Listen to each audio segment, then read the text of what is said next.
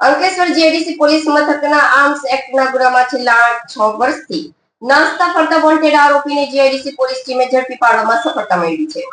બનાવની વિગતો અનુસાર ગત તારીખ 7 ઓગસ્ટ 2020ના રોજ અંકલેશ્વર જીઆઈડીસીની ટીમે અંકલેશ્વરના ભડકોદરા ગામ ખાતે આવેલા તૃપ્તિ એપાર્ટમેન્ટમાં દરોડો પાડ્યો હતો। આ દરમિયાન ત્યાં રહેતા ધર્મેન્દ્રસિંહ રાધેશ્યામસિંહ રાઠોડ નામના શખ્સને ઝડપી લેવામાં આવ્યો હતો। પોલીસ તપાસમાં સામે આવ્યું હતું કે આરોપી ફતેહગઢ આર્મ્સ કલેક્ટર કાર્યાલયના પ્રભારી અધિકારીના બોગસ સિક્કા અને કારકુનની બોગસ સહીવાળું લાયસન્સ ધરાવતો હતો। આ બોગસ લાયસન્સના આધારે તે 12 બોરની સિંગલ બેલ બ્રિજ લોડર બંદૂક સાથે અલગ અલગ સિક્યુરિટી એજન્સીમાં ગનમેન તરીકે નોકરી કરતો હતો।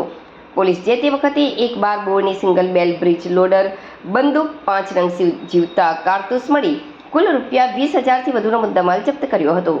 ધર્મેન્દ્રસિંહની ધરપકડ બાદ પૂછપરછમાં સામે આવ્યું હતું કે આ બોગસ લાયસન્સ અને હથિયારના કૌભાંડમાં બારડોલી રોડ પર આવેલી ઓમ રેસિડેન્સીમાં રહેતો ત્રિભુવનસિંહ ઉર્ફે વિજેન્દ્રસિંહ રામસ્વરસિંહ ચૌહાણ મુખ્ય સંડોવાયેલો હતો। આ ઘટના બાદથી જ ત્રિભુવનસિંહ પોલીસને ચકમો આપીને ફરાર થઈ ગયો હતો, જેને પોલીસે વોન્ટેડ જાહેર કર્યો હતો। છેલ્લા 6 વર્ષથી નાસ્તા ફરતા આરોપીને આખરે જીઆઈડીસી પોલીસની ટીમે ચોક્કસ બાતમીના આધારે ઝડપી પાડી આગળની કાયદેસરની કાર્યવાહી હાથ ધરી છે।